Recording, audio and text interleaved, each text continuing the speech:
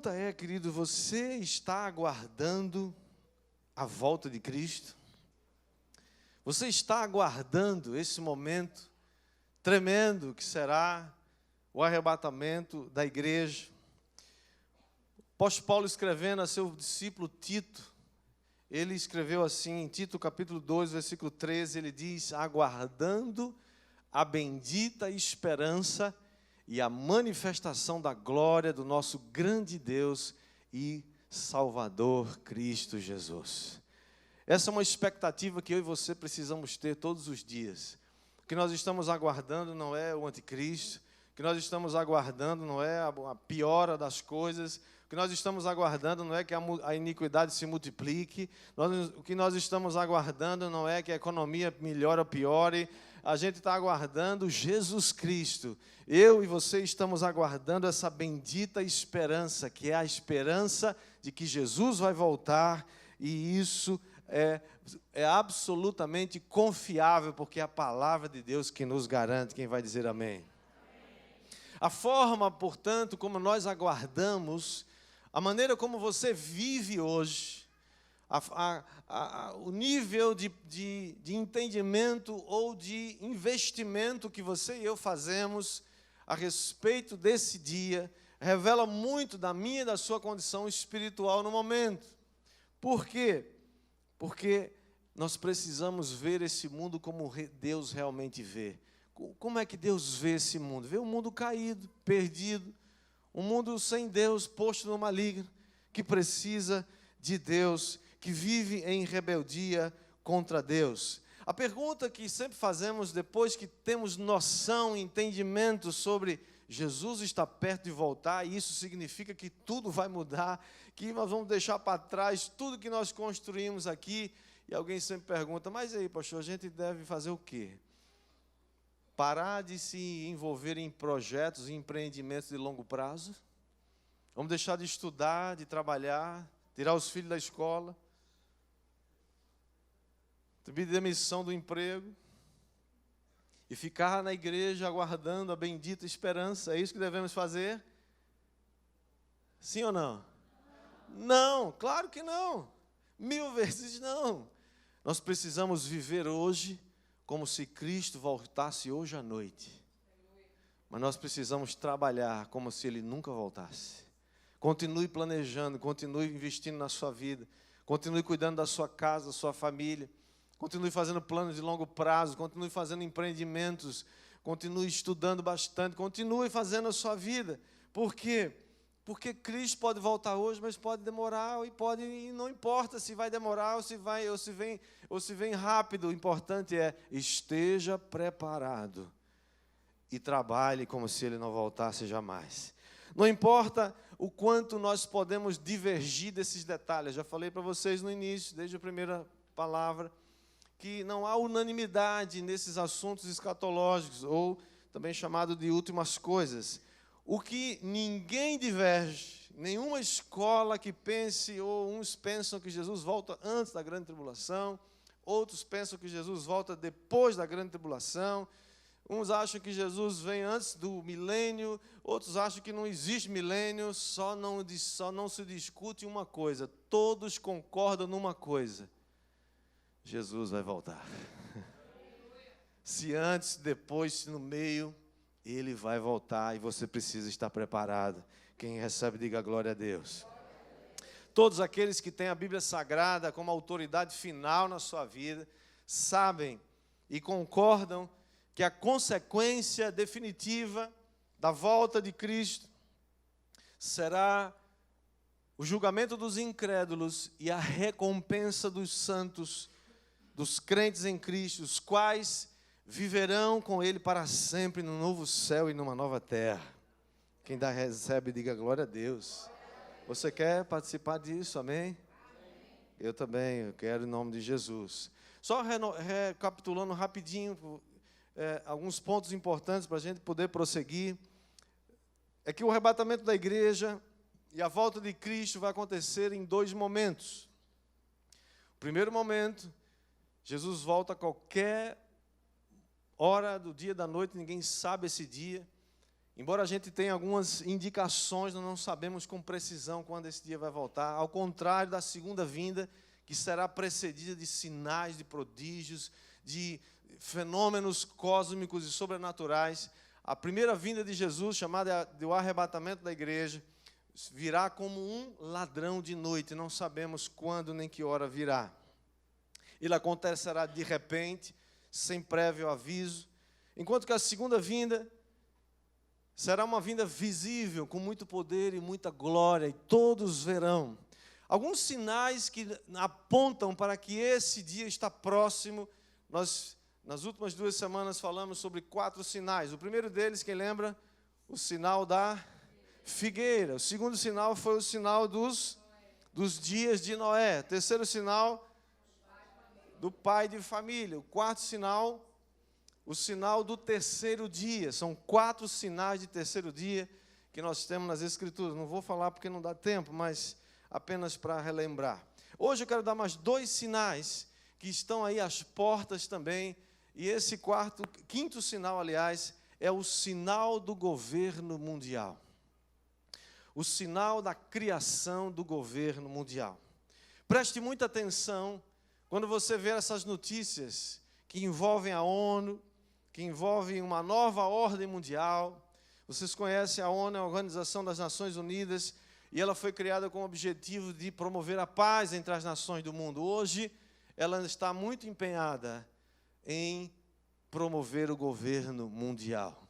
Muitas das leis que nós temos visto hoje sendo gestadas nos parlamentos do mundo inteiro, inclusive no Brasil, leis como que promovem ou facilitam o aborto, a eutanásia, o casamento de pessoas do mesmo sexo, que querem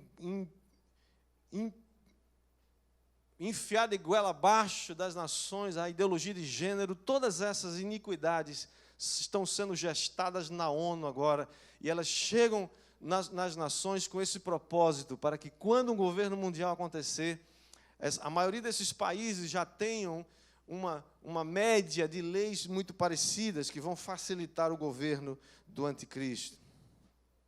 Até o Papa, recentemente, você deve ter ouvido ele falar de um sistema financeiro mundial que, claro, sempre tem uma boa motivação, que é o de evitar crises ou prevenir crises. Sempre vai ter uma boa motivação por trás disso, mas, na verdade, é um governo mundial que está sendo gestado. Por exemplo, a ideia de acabar com o dinheiro em circulação. No futuro próximo, não vai demorar muito, o dinheiro, como você conhece, cédulas, vai deixar de existir. Vai ter uma outra maneira de troca. Vai ser uma maneira que vai ser muito fácil de se manter o controle. E sempre, mais uma vez, a ideia é prevenir as falcatruas, prevenir a lavagem de dinheiro, prevenir os crimes contra o sistema financeiro mundial. Uma outra questão é a questão do meio ambiente e do clima. Recentemente, a nossa presidente foi lá nos Estados Unidos assinar um tratado de clima, de meio ambiente. Um assunto que varre o mundo já há muito tempo. Existem ONGs internacionais hoje que defendem a criação de impostos para cuidar do clima, cuidar do meio ambiente. E quem vai administrar isso? Muito provavelmente um governo mundial. Mas vamos em frente. Um sexto sinal que eu gostaria também de mencionar é o sinal da multiplicação da iniquidade. Iniquidade sempre houve, irmãos. A maldade do coração do homem, desde que Adão pecou e deu espaço para um coração do homem ser ferido e ser manipulado por Satanás, que o homem se encontra numa condição de depravado. O homem sem Deus é um ser depravado. Nunca se engane disso. As pessoas sem Deus não melhoram, elas vão piorando cada vez mais. O sinal de iniquidade foi previsto em Mateus 24, capítulo 24, versículo 12, e diz: de por se multiplicar a iniquidade, o amor se esfriará de quase todos. Irmãos, haverá uma apostasia num tempo onde as pessoas se tornarão cada vez mais amantes de si mesmas, as pessoas se tornarão egoístas, egocêntricas, amantes dos prazeres, inimigos de Deus, Mas nós estamos vendo isso com uma velocidade muito grande, como nunca houve antes. Por exemplo, alguns sinais de multiplicação de iniquidade ao nosso redor. Vivemos hoje uma total inversão de valores. Você já viu hoje não só leis que estão tentando proteger animais, pássaros, fauna, flora. Uma baleia encalhada hoje numa praia gera uma comoção internacional. E ao mesmo tempo, essas mesmas pessoas que estão defendendo uma baleia, e devem defender mesmo, não movem uma palha, aliás, movem todas as palhas que eles podem para aprovar a lei do aborto. Tem compaixão por uma baleia, por um animal, mas não tem compaixão por um bebê que é assassinado no ventre da sua própria mãe. Irmãos, eu sinceramente não consigo falar sobre isso sem me indignar com isso. Como é que uma mãe consegue se tornar uma bruxa desse tamanho? Que consegue permitir que seu próprio filho seja assassinado no seu próprio ventre, no altar da conveniência. No altar do incômodo de um bebê que chegou numa hora errada, numa hora que não devia, por causa de um prazer fortuito e por causa de uma irresponsabilidade sexual. E os bebês estão morrendo aos milhões e aos milhões, a gente não tem ideia de quantos milhões de pessoas morrem todo ano no mundo. Milhões de bebês, numa verdadeira inversão de valores. Nós hoje vemos, por exemplo, as pessoas acusando os policiais que deveriam, que nos protegem, e elas insistem em proteger os delinquentes. Os policiais que nos protegem são execrados. Nunca morreu tanto policial no Brasil como nessa época, mas nós continuamos massacrando os policiais. É claro que eles devem fazer também coisa errada que não devia fazer, mas estamos vivendo uma inversão de valores. Um dia desse, alguém botou uma criança, uma foto na internet, uma criancinha de 3, 4 anos, vestido de policial, e foi uma comoção nacional. Todo mundo fica absurdo, isso é uma militarização das crianças. Agora pega uma criança, um menino de 3, 4 anos, veste de mulher, pinta os olhos para torná-la uma mulher, isso é bonito, isso é legal. Sabe o nome disso? Inversão de valores. É isso que está acontecendo e foi previsto 2.700 anos atrás. O profeta Isaías, no capítulo 5, versículo 20, ele diz: ai dos que chamam ao mal bem e ao bem mal, que fazem das trevas luz e da luz trevas, e fazem do amargo doce e do doce amargo. Nós estamos vendo isso agora mesmo. Impressionante ver esses políticos defendendo ou acusando. São os mesmos que no passado faziam a coisa contrária. O que importa não é a verdade, é o interesse na hora. O que é isso? Inversão de valores. Legalização das drogas. A maconha, querido, vai ser só a primeira. Eles vão querer legalizar tudo, como alguns países já estão fazendo. Outra marca do crescimento e da multiplicação da iniquidade é a perversão sexual, a pornografia disponível na internet e a pedofilia. Isso está acontecendo hoje, irmãos, de uma maneira, número 3. Por favor, pessoal da mídia aí, pode soltar, por favor. Perversão sexual, pornografia e pedofilia. E eles chamam isso de diversão de adulto. Eles chamam isso de normal. Pessoas que estão defendendo hoje, políticos, deputados federais, defendendo a legalização da pedofilia. Um dia desse tinha um deputado desse aí, que eu não vou citar o nome dele para não dar ibope para ele, dizendo que não é assim. Você deve primeiro saber como é que foi isso. Se um adulto que fez sexo com uma criança de 8 anos, ele precisa saber primeiro se ele não machucou a criança. Se foi assim num ambiente de amor, de carinho. Você imagina que isso está acontecendo hoje? Pois é, deputados federais no nosso parlamento defendendo essa loucura. Isso é um sinal da multiplicação da iniquidade. A promoção da magia negra e do ocultismo como cultura. Estamos promovendo a cultura, a magia negra como uma cultura. As bruxas, você já viu as bruxas como são hoje? Mulheres bonitas, né? Muito bonitas. Uma bruxa, sim, uma gente boa, com boas intenções. Ela tem assim, né? Ela tem um sorriso bonito. E elas falam, não me chama de bruxa, não. Eu sou uma... Como é que chama? Wicca é o nome que dá os negócios que elas fazem. Mas elas fazem, tem outro nomezinho que elas dão. Não são bruxas, elas são...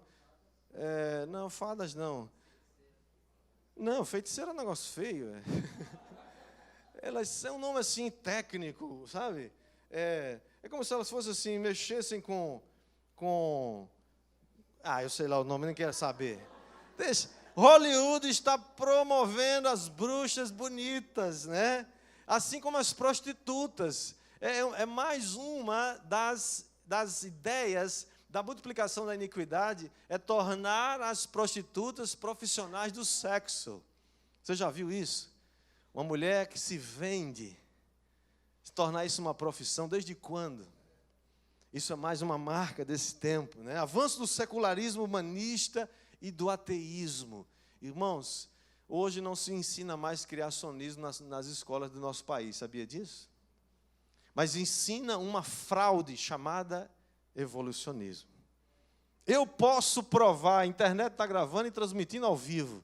E você que me assiste pela internet, se quiser, eu posso provar a você que o evolucionismo é uma fraude. Estão enganando e mentindo para nossas crianças nas escolas do nosso país. E não só no Brasil, mas no mundo inteiro. E nós, como encantados, estamos aceitando e bebendo dessa mentira há muitos anos. Mais uma marca desse relativismo moral que a gente vive hoje. Os países, nações, escolas que estão hoje, por exemplo, celebrando o Natal sem Cristo. Pode celebrar Natal, mas falar de Jesus, não. Aliás, tem lugar que eles não falam mais Feliz Natal, fala boas festas. Pode falar das festas, pode falar da comida, dos presentes, do Papai Noel e assim por diante, mas não pode falar de Jesus. Isso é o avanço do secularismo humanista. É o Natal sem Cristo, é um relativismo moral. E por último, mais uma marca da multiplicação da iniquidade, o ecumenismo, que é chamado de a religião do amor. Você vai ouvir muito falar nisso nos próximos meses e anos, talvez. A religião do anticristo, irmãos, chama-se a religião do amor. Todas as religiões levam a Deus. Todas as religiões são boas, desde que você não fira o outro. Você tem que ter sua religião, mas não diga mais nada. Todas as vezes que você se levantar para dizer o que Jesus disse, eu sou o caminho, a verdade e a vida, você vai ser chamado de fundamentalista religioso. Está disposto a isso? Está disposto a pagar esse preço? É a união de todas as religiões. O Papa, mais uma vez, começou a falar sobre isso. Onde todas as religiões devem se unir numa tolerância. Irmãos, não se trata de ser intolerante com ninguém. Agora, você não pode fugir do único caminho. Não adianta dizer que tem muitos caminhos para Deus, porque não tem. Isso é a estratégia do diabo de levar você para o inferno. Nós vamos continuar dizendo aqui nesse lugar, aqui nessa casa, na sua vida, na sua célula, por onde a gente passar, só existe um caminho para Deus, e ele se chama Jesus Cristo. Essa religião do amor nada mais é do que a religião da grande Babilônia, que vai ser destruída quando Jesus voltar. Quem recebe, diga amém. Temos falado então, queridos, que subirão no arrebatamento os crentes que estiverem preparados. Sabemos que vai ter o arrebatamento da igreja, depois vem a grande tribulação, depois vem a segunda vinda de Cristo para aqueles que ficaram aqui ou que vão se converter durante a grande tribulação e para os judeus, e aí vai entrar um tempo do milênio. Mas nesse arrebatamento da igreja vai subir quem? Vai subir quem estiver preparado. Você está preparado? Ou quem são esses crentes preparados? O que os caracteriza? Quais são as suas atitudes que podem nos ajudar a ser ou estar no meio dessa igreja, essa abençoada que vai subir no chamado de Jesus, no arrebatamento da igreja? A primeira coisa que um crente preparado está, ou ele é um crente que está apercebido, vigiando e orando. O que é estar apercebido, vigiando e orando? É alguém que está conectado com a realidade do céu. Não é alguém que está só preocupado com como vai sobreviver aqui na terra. Note que no capítulo 24 de Mateus, quando nós lemos, vemos que Jesus diz que 2 estarão no campo, um será tomado e deixado o outro. 2 estarão no moinho, uma será tomada e deixada a outra. Jesus está dizendo o quê? Uma vai estar preparada e a outra não. Um vai estar trabalhando, os 2 estão trabalhando, mas um está preparado e o outro não. Você quer estar no meio de qual? Você quer estar preparado? Quem quer estar preparado? Eu quero. Eu quero, em nome de Jesus. Lucas 21, 36, Jesus diz: vigiai, pois, a todo tempo, orando para que possais escapar de todas essas coisas que têm de suceder e estar em pé na presença do Filho do Homem. Irmãos, estar apercebido e vigiando é não acumular coisas pendentes na sua vida. Não deixe para se reconciliar com uma pessoa amanhã ou daqui a um mês, ou quem sabe, ninguém sabe quando. Faça isso já, agora. Não deixa pendências pelos cantos. Deixa dívidas por aí, não vai resolver. Tem coisa que você não consegue resolver, mas você se interessa em resolver, amém? Restitui, faz a sua parte, se humilha se for preciso. Estar apercebido é não deixar que as coisas, as circunstâncias da vida dominem a sua agenda, mas você controla a sua agenda. Você, com fé em Deus, vai controlar a sua agenda. Quem crê, diga amém. Amém. Quando Jesus fala dos ímpios, nos dias de Noé, ele diz: os ímpios só sabem fazer uma coisa: comer, beber e fazer sexo. É a única coisa que eles sabem fazer. Quando Jesus fala dos crentes, o que é que eles dizem? O que é que ele diz? Os crentes estão trabalhando. Estarão no campo, estarão no moinho, mas o que importa é que você esteja preparado. Lembra das virgens? 10 virgens, 5 estavam prontas, 5 não estavam prontas. 5 subiram com o noivo e 5 não subiram, porque umas estavam prontas e a outra não estavam prontas. Crente preparado trabalha e produz. Quem vai dizer amém? Amém. Crente preparado trabalha para se manter e trabalha para ajudar os outros. Quem vai dizer amém? Amém. Crente que não trabalha, irmãos, a Bíblia diz que ele está negando a fé. Por isso que você não vê crente de verdade por aí pedindo esmola por ninguém, não vê não. Vai ver se tem crente no meio de sem teto. Se bem que tem uns sem teto, sem vergonha aí, que tem muito teto, mas está lá no meio, né? É um meio de vida agora, é diferente. Estou falando que quando um crente se converte de verdade, ele entende a palavra, ele começa a fazer alguma coisa. Ele começa a trabalhar, ele começa a fazer algo. E Deus começa a abençoar. Porque o trabalho dignifica o homem, amém ou não amém? Sim ou não? Eu creio nisso. Deus começa a abençoar. Eu creio que todo crente, irmãos, é próspero, amém? Amém. Todos nós somos prósperos. Tem hora que a gente passa umas pendengas, porque Deus às vezes permite muitas coisas. Mas a nossa prosperidade não depende das circunstâncias. Depende do nosso Pai que tem todas as coisas na sua mão. Segunda característica do crente preparado, a primeira é estar apercebido, vigiando e orando. A segunda, ele tem sua lâmpada acesa. A lâmpada do crente preparado continua acesa. Lucas 12, 35 diz assim: cingido esteja o vosso corpo e acesa as vossas candeias. Irmãos, isso não é literal, tá? Você não tem que sair por aí com a candeia, né, cheia de azeite. O que é que você está fazendo? Eu estou preparado, né? Entra no ônibus assustando todo mundo, arriscado a botar fogo, né? Não é uma candeia, não é uma lâmpada. Isso aqui é uma linguagem simbólica. Isso aqui é uma linguagem que aponta para o Espírito Santo. Você deve estar cheio do Espírito Santo. Você deve estar cheio das coisas de Deus. Você está empolgado com as coisas de Deus. Quem entendeu isso? Amém. Versículo 36 diz: sede vós semelhantes a homens que esperam pelo seu Senhor, e ao voltar ele das festas de casamento, para que quando vierem bater a porta, logo lhe abram. Versículo 37, bem-aventurados aqueles servos a quem o Senhor, quando vier, os encontre vigilantes. Em verdade vos afirmo que ele há de cingir-se, dar-lhes lugar à mesa e, aproximando-se, os servirá. Quer ele venha na segunda vigília, quer na terceira, bem-aventurados serão eles, se assim os achar. Sabei, porém, isto: se o pai de família soubesse a que hora havia de vir o ladrão, vigiaria e não deixaria arrombar a sua casa.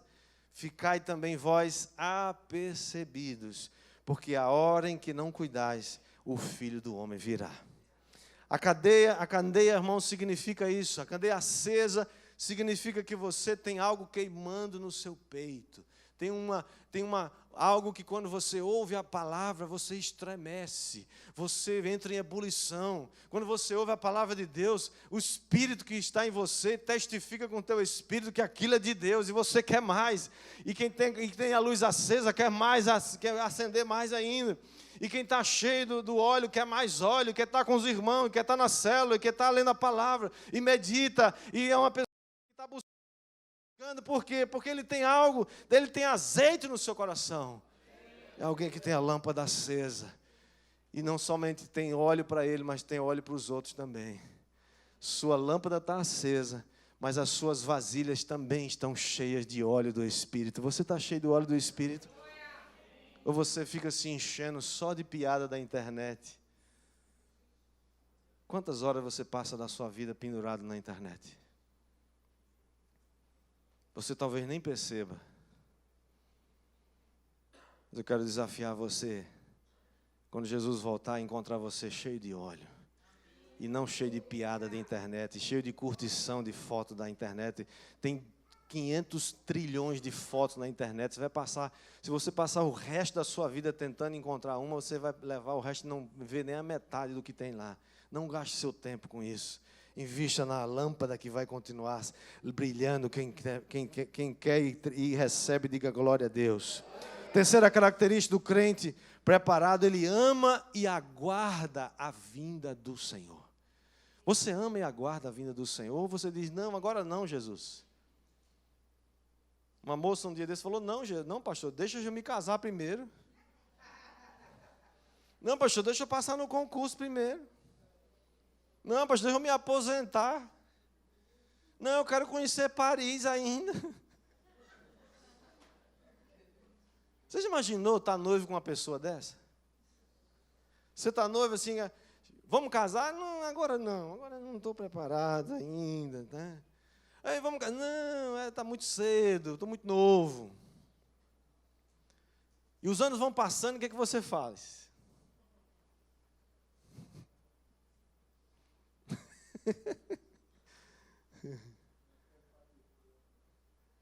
No momento que eu estou consultando a minha consciência. Bom, que coisa terrível é querer casar com uma pessoa que ela não quer casar. Imagina uma noiva de Cristo, você não tem vontade que ele volte? Você está gostando disso aqui? Irmãos, ele vem buscar uma noiva que anseia por ele. Eu receio que aquela que ficou lá no moinho e aquele que ficou lá no campo era desse tipo. Momento que eu estou estudando para o meu vestibular ainda. Momento que eu estou estudando para o concurso, não passei ainda, calma. Não vai ouvir a voz da trombeta, misericórdia. Mas não queira ficar aqui para ver o governo do anticristo. Misericórdia, misericórdia. O que se espera da noiva é que ela esteja apaixonada pelo noivo. Você nunca se casaria com uma pessoa que não estivesse apaixonada por você. Por isso que nós muitas vezes, a palavra de Deus muitas vezes refere-se a isso como prostituição ou adultério. Noiva que flerta com o mundo. Nós somos daqueles que aguardam e amam a vinda do Senhor. 2 Timóteo, capítulo 4, versículo 8, o apóstolo Paulo está velhinho, o seu último livro que ele escreve. Ele está em Roma, provavelmente, ele está lá preso, ele já sabe que vai morrer, ele já sabe que sua vida está chegando ao final. finalzinho da sua vida, ele diz, já agora, escrevendo a seu filho Timóteo, ele diz, a coroa da justiça me está guardada, a qual o Senhor, reto juiz, me dará naquele dia. Esse dia aqui está com D maiúsculo. Que dia é esse? É o dia da recompensa e do galardão dos santos. E não somente a mim, mas também a todos quantos amam a sua vinda. Você ama a vinda de Jesus? Se você ama, pode ter certeza, você vai ser arrebatado na primeira chamada, em nome de Jesus. E por último, crentes preparados são aqueles que estão vencendo a acusação do diabo. Apocalipse capítulo 12, versículo 9, diz assim: e foi expulso o grande dragão, a antiga serpente, que se chama Diabo e Satanás, o sedutor de todo mundo. Sim, foi atirado para a terra e com ele os seus anjos. Então ouvi grande voz do céu proclamando: agora veio a salvação, o poder, o reino do nosso Deus e a autoridade do seu Cristo, pois foi expulso o acusador de nossos irmãos. Quem é o acusador dos nossos irmãos, queridos? O diabo, o sedutor. E diz assim: o mesmo que os acusa de dia e de noite diante do nosso Deus. Eles, pois, o venceram por causa do, vamos dizer juntos, por causa do sangue do Cordeiro. Que mais?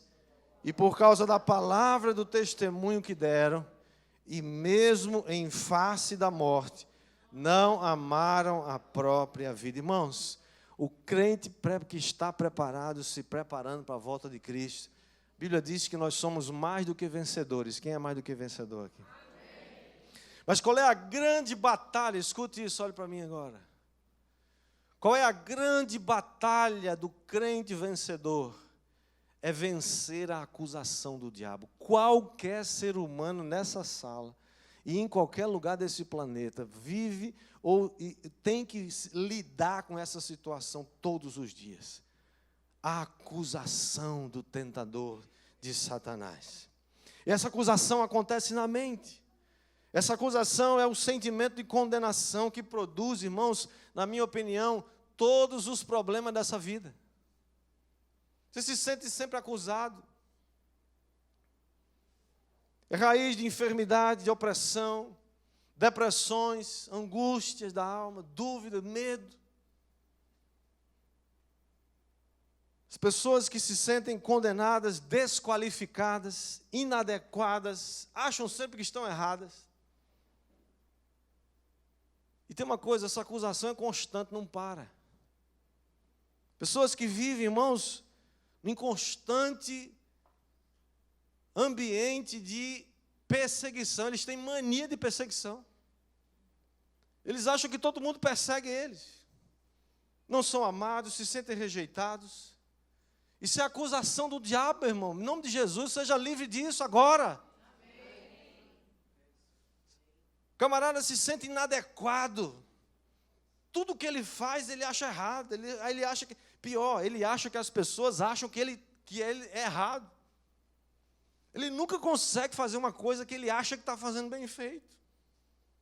Ele está sempre reclamando de alguém. Isso é acusação do diabo. O diabo acusa todo dia. Ele acha que está sempre em débito. Tudo que ele faz não é suficiente. O que acontece é que isso impede muita gente de avançar na vida. Gente fracassando porque estão sucumbindo à acusação do diabo. Não são bem-sucedidos na vida. Não conseguem se sustentar. E vivem reclamando, botando a culpa nos outros. Isso é acusação do diabo. Irmãos, tem um remédio para isso, chama-se sangue do Cordeiro. O sangue do Cordeiro é poderoso para te livrar disso. Com pessoas que a gente chama, vamos trabalhar, vamos liderar uma célula. Não posso, não me sinto preparado. Já vai dizer todo o tempo para você que você nunca está. Que você não pode, que você não dá conta, que você não consegue. Ou então a pessoa tem uma noção tão forte que eu sou muito mal, eu tenho tantos erros, eu sou muito falho, eu ainda estou precisando. Essa é a maior tática de Satanás. Gente doente, debaixo dessa acusação. Amados, o crente vencedor, eu quero terminar com essas 3 palavras. O crente vencedor, primeiro, ele vence por causa do sangue do Cordeiro. Texto, capítulo 12 de Apocalipse que lemos, versículo 11 diz: eles, pois, o venceram por causa do sangue do Cordeiro. Todos os seus pecados já foram perdoados. Eu vou dizer de novo. Todos os meus e todos os seus pecados já foram perdoados. Até os que você vai cometer no futuro já foram, já. Isso é liberdade do Espírito. O sangue de Jesus não somente quitou a minha dívida, mas Ele trouxe sobre mim a justiça de Cristo. O reino de Deus é um reino de paz, de justiça e de alegria. Que justiça? A justiça de Cristo. Não é a sua justiça, não é porque você é bonzinho, não é porque você faz por onde. É porque Jesus conquistou uma justiça que o Pai aceitou. E é nessa justiça que eu confio. O vencedor, amados, não é necessariamente aquele que consegue fazer alguma coisa. O vencedor é aquele que recebe o que já foi feito. E que descansa nessa bênção. Pessoas que não têm coragem, irmãos, de pedir nada para Deus. Porque se acham inadequado, não tem crédito. Eu não vou nem pedir, porque eu sei que eu não vou ser atendido. Mas quem disse que você tem crédito? O crédito não é seu. Jesus botou crédito no seu celular celestial. Isso vai, liga agora. Liga para o Pai e pede. Porque Ele vai falar, Ele vai agir, Ele vai atender por causa de mim. Quem entendeu isso? Mas eu não tenho nada. Você não tem mesmo. Pode abrir mão disso, pode desistir de querer botar crédito nesse negócio, porque não tem jeito. Seu crédito não funciona. O crédito de Jesus funciona. E aí você pode agora pegar o celular do celestial e ligar: Pai, eu não tenho crédito não, mas Jesus botou crédito no meu celular. E eu estou ligando porque eu não mereço não, mas Ele merece. Ele disse que eu podia falar. Você já viu alguém que fala em seu nome? Você não conhece o camarada lá, mas você conhece alguém. Escuta, você podia falar em meu nome? Sim, claro. Aí o amigo vai lá e fala: escuta, o fulano, ele nem sabe quem é o fulano. Mas eu gostaria que você atendesse em meu nome. Aí o fulano vai lá e atende. Por quê? Porque alguém colocou o seu crédito. Foi isso que Jesus fez por mim. O sangue de Jesus é esse crédito que Ele botou em você e disse: agora peça, agora receba. O Pai agradou em dar a vocês o seu reino. Irmãos, o diabo vai fazer de tudo para você nunca entender isso e nunca receber isso. E achar: não, eu tenho que pagar alguma coisa. Não pode ser de graça. Não pode, não pode. Está errado. Não é graça, mas também não é de graça. Claro, isso é de graça. Porque custava tanto que só Jesus pôde pagar. Por isso que Ele derramou sobre você. Meu irmão, você acha que você faz coisa errada? Você é completamente... Irmãos, eu não sou nada mesmo em Cristo. Quantas vezes o diabo chega para mim e fala: você não merece estar aqui pregando nesse púlpito. Você não merece estar à frente dessa igreja. Mas se eu for confiar em mim mesmo, eu vou afundar. Mas todas as vezes, e isso já vai fazer 14 anos, que Deus me deu o privilégio de ministrar nessa igreja. Eu nunca subi aqui um dia sequer sem dizer: Senhor, eu não mereço. Eu não sei. Eu não sou capaz. Mas eu confio na Tua justiça. Eu confio no sangue do Cordeiro. Não é por mim, mas é por Ele. Não é porque eu faço por onde, mas é porque Ele já fez por mim. E eu faço isso todas as vezes com temor e tremor e confio que Deus vai me usar para abençoar a tua vida. É o sangue do Cordeiro, não é o meu sangue nem o seu, é o sangue dele. O sangue que foi derramado na cruz um dia. Esse sangue é poderoso para pagar o seu pecado e lhe dar a vida eterna.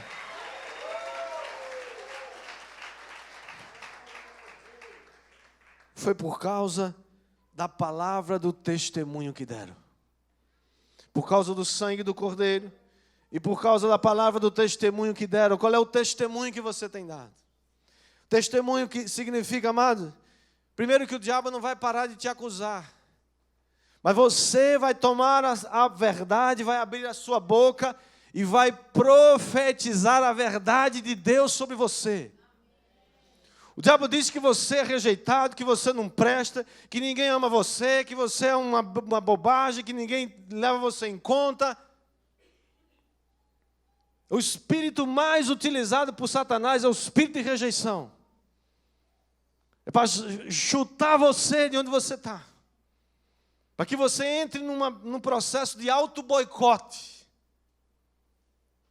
Nessas horas você tem que abrir a sua boca e confesse a palavra. Você tem que confessar a palavra não para que ela se torne verdade para você. Você confessa a palavra porque ela já é a verdade. E quando você profetiza, e quando você profere, você dá um comando, você dá uma ordem, você exerce a autoridade que Deus colocou na tua vida. O dia que Jesus disse está consumado, a nossa vitória se tornou um fato. Se tornou verdade. E por último, e mesmo em face da morte não amaram a própria vida. Eles o venceram, porque mesmo em face da morte não amaram a própria vida. Nós somos, amados, conquistados por um amor tremendo demais. Você e eu fomos constrangidos por esse amor. De tal maneira que eu agora entrego tudo que eu sou e tudo que eu tenho a Ele de forma voluntária. Você já se sentiu amado assim?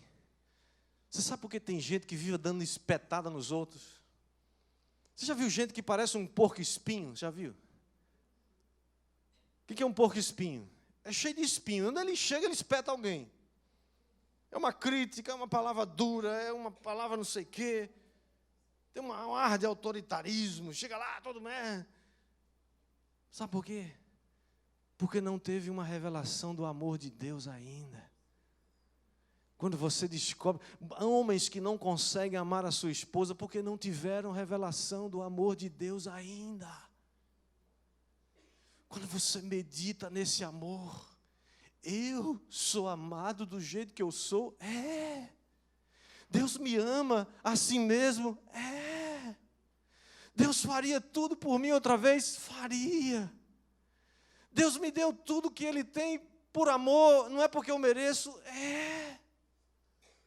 Aí você começa a entrar num outro nível e fala, meu Deus, como que eu vou responder agora?